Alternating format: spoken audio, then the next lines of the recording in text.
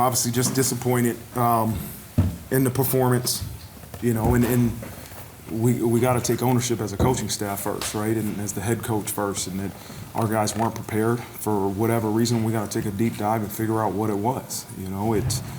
You can point your finger at any person, any specific unit, but the reality is we better point the finger at ourselves and figure out what were the issues that led to the lack of execution. And so we obviously know we got to take care of the football.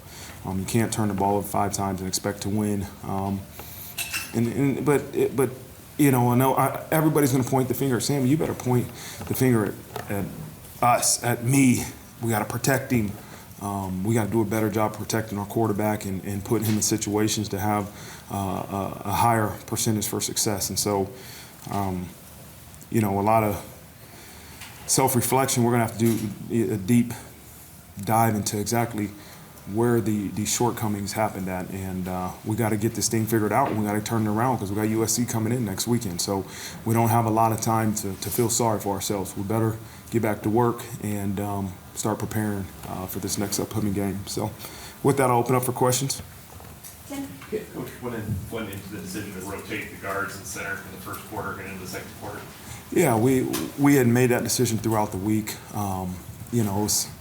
Again, we have to be better at the guard position, and that was something that was evident last game. And we said, hey, we're going to roll some guys at the guard position, and we got to do a better job at protecting our quarterback. And so, we'll have to go and watch the film and see how each guard did, but we didn't protect the quarterback the way we needed to.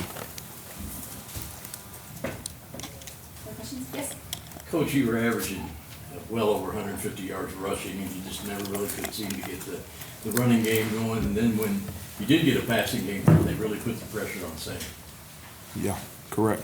They did a good job, a really good job. We didn't run the ball well, and they pressured the quarterback. Did they do anything that, not new or anything, but have you seen them put that much pressure on anybody, or had a team put that much pressure on you this year? No, nobody's affected our quarterback quite like Louisville did, and so you have to give them credit. And they were stacking the box and saying, hey, we're going to refuse you to let you run the ball, and that means we got to make some plays in the passing game. And so we did it, and we got to make sure that we can not let this happen again. Their offensive line probably blocked better tonight than they have in a while. But Jordan, your thoughts about him and what he did for them? He's a good player. Good player. We missed a tackle when he scored that long touchdown, so good player. We'll move on to Pete. The 4th and 11 decision to go for it about 10 minutes to go in the game. Can you just sort of take me through what led you to that? Yeah, 2-score game, right? And so you play the percentage, hey, we either got to get a 3 and out if we punt the ball and hope that we get enough time to have 2 separate possessions, or you try to convert right there and play the percentages of, okay, so even if you don't convert here and you go 3 and out, you force them to kick the field goal, it's still a 2-point game. And so that went into my decision. Third down wasn't great for you guys tonight. A couple play calls, jet sweeps. What was the thought process there instead of maybe trying to run off or up the middle? Yeah, I don't know what play call exactly you're talking about. The Tyree fumble, and then yeah. one before that too. Yeah, it was a play we worked in practice, right? It wasn't a jet sweep. We faked the toss and kind of ran a counter. Mm-hmm. They pressured it, and it wasn't an execution. They pressured it, and we didn't get the guy blocked, and obviously caused the fumble there. But it was a situation where I think, I can't remember exactly, but I think we're going to go if it was within 1 or 2 yards. And so that's probably why we decided to do that play at that moment. Jack. Marcus, you talked about Jordan briefly, but what do you think were the issues with the run defense tonight? I'll have to go and see. I know the one, I don't know how long that one run he had was for a touchdown, but I know that contributed to a lot of the yardage. I thought our defense battled for the most part, and put in some bad situations late in the game, but for the most part, I thought they did a pretty good job. The third series of the second half, right, was the long touchdown run. Then we get we get them off the field on third down and we get the penalty. That hurt. You can't have that, man. And you finally get them off the field. We get a face mask, I think they had on Maris, and then they drove in and we missed a tackle in the hole and he scored again. And so, we got to clean up every aspect of it, not just the touchdown, but the plays that led to the touchdown. Pete Byrne. Marcus, what kind of job do you think you have to do this week with the guys to kind of mentally get them over this? I'm sure they're disappointed. Yeah, you know, you don't have much time to feel sorry for yourself, and that comes from me as the head coach and our leaders. I'm going to really count on our leaders to make sure these guys understand that we got to learn from this game, and then we got to move forward and get ready for USC. We cannot sit here and mope and feel bad for ourselves. We have to move forward, and so this will be a true test of our leadership, starting with me and our captains. We'll end with Mike. Thomas Harper, his absence, what was that related to, and how helpful was the ripple effect on Yeah, he was out with a concussion, and so he was in concussion protocol and wasn't ready to return to play. So C. Lou did a good job of stepping in there, and Cam Harp had some nickel reps, and so obviously you don't want to lose a great player like Thomas Harper, but you know, expect him to be back next week and a lot more work to do. All right, thanks, sir. Thanks, Coach. Sir, Tyler.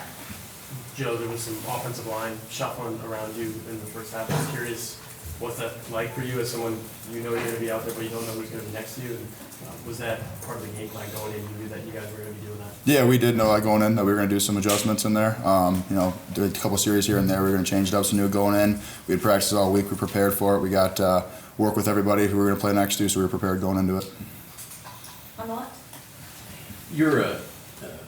Their defense put a lot of pressure on you guys as the game wore on. It seemed like they wore you down a little bit. Just comment about that and how they were able to, you know, almost own the third and fourth quarter. Yeah, I think for us, we just got to, you know, look in mentally and, you know, see individually, start as an individual and see where you broke down and what you got to work on. And then as an offensive line, we got to work together and, you know, we got to be 5 as one and we got to break it down individually, then as a group and see where we need to improve and go forward. Did Jordan, did he surprise you with his quickness? A couple of times he hit the hole, it looked like he'd been shot out of a cannon. I mean, yeah, they were definitely a good football team. We definitely did a lot of preparing on film. We just got to, you know, we got to play better all around. Jack. Joe, as a captain, as a leader, how do you respond from this, and how do you kind of help your team respond to this? Yeah, I think for us, the first thing we got to do is get in the film room, and you know we got to analyze our mistakes, and you got to start with yourself. I got to start with myself and see what I did wrong and what I need to do better, and then you work as a group. So, offensive line, how are we going to be better? And then as a leader, you got to make sure you keep everyone together, and we got to focus on ourselves and how are we going to get better from this game, learn from our mistakes, and move on because it's another game next week. We got to get ready for. Tyler.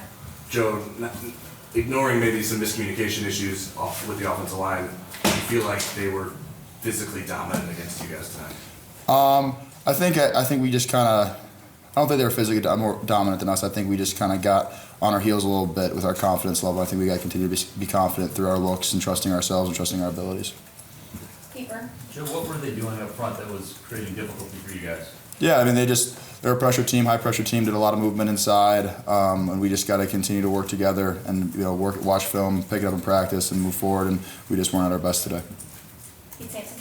Joe, Marcus of the Beer City, you didn't feel like you guys were prepared as a captain, as a leader. How much of that goes into the Tuesday, the Wednesday? He's talked a lot about winning those days leads to winning on Saturday. Do you feel like the change has to happen, either a mentality or just how much you guys are putting in? I think our preparation, it can always get better. Every week we're trying to get a little better. That's been a preaching since day one. It's how are we going to get better? How are we going to get better? So I think every week we got to get better, and that's something we got to work on. That's in preparation. That's in watching film. That's in improving your individual as a group. So I think you're always trying to get better in your preparation, how you're responding each week. Got time for one more. Mike. 2 straight weeks, Joe, on 3rd down has just gone sideways, especially in short yardage when you're there. What's the confidence level at this point? How far has it dropped in terms of just being able to even get 1 yard when you need it? I think we just got to kind of come back as an offensive line and understand that that's the down we have to get. 3rd and 1 is just on our shoulders, and we got to look back and see where we're falling short, where individually we're falling short, and as a unit we got to go forward. And that's a down we got to win as an offensive line. That's a dominate the line of scrimmage type of deal. So we got to learn to win that down, and that's something we got to take pride in. Thank you. Control the running game up until about the middle of the 3rd quarter. What did they adjust anything? Did they do anything differently where they started getting the edge on you guys for those 2 long touchdown runs and a couple of their games? Yeah, honestly, we just need to be assignment sound. We make sure everyone's in our gaps, and it's hard talking about it right now. I haven't seen the film, and we'll obviously go back and just make sure guys are in their gaps and we're playing to the ball and just make sure we get as many hats to the ball as possible. Allison. JD, after the game, some of you guys stayed out on the field for a little bit. What happened? Was there a scuffle or something that you guys were? No, I just wanted to stay out there and make sure all our guys got in, so don't get caught out there, and so that was the main thing. JD, it seemed like the first series they had some success with the speed option. Was that something that caught you guys off guard, and did you guys have to sort of adjust to what they were doing with that? Yeah, we've seen it on film and just need to make sure we play that better. And I mean, I think going back to that first series, like, we just need to start fast so they don't have that momentum going into the game. And I mean, it's hard when a team puts 7 up on that first drive, and so that's on the defense, and we need to start faster. Does it change things when you feel like you're sort of like constantly tinkering to correct rather than coming out with a 3 and out and feeling confident after that? I mean, there's always going to be adjustments on the sideline, and so no matter what, we just need to make sure we get our jobs done. Thanks. Avon? JD, you talked about staying out in the field, making sure your teammates got in. What do you do over the next 6-7 days to rebound from this against USC? Yeah, I mean, one of the things that we already talked about in our linebacker core, and we're going to challenge the entire defense, is find something that you can do better to make sure that we beat USC. And I mean, no matter what it is, no matter who it is, you got to find your role and you got to find that job and make sure that next week we do it better, and then go back and watch this film and see where we can enhance our team as a whole. JD, as a captain, where does the attitude of your team lie right now, and what are you going to do this week to kind of turn it around? It's been a long run to this point. I mean, the biggest thing is get back to work, and I mean that honestly starts when the wheels of the plane hit the ground tomorrow, or I guess this morning, and so just make sure we get back to work and make sure that each guy, as I said, finds that thing to get better at. And defensively, we need to make sure we're playing complementary football. Like, we can't lose that takeaway battle, and so that's one of the big things that we're going to be emphasizing, and we got to do better. Jordan's quickness seemed a couple of times he really got through the hole quickly. Have y'all seen a guy quick like that this year, and what's your impressions of him? Yeah, I mean, we've played a lot of really good backs, and so it obviously just goes back to us and making sure we're assignment sound and make sure that we're bringing our feet on those tackles and making sure that we get as many hats to the ball as possible. Any other questions? Okay, Thank you.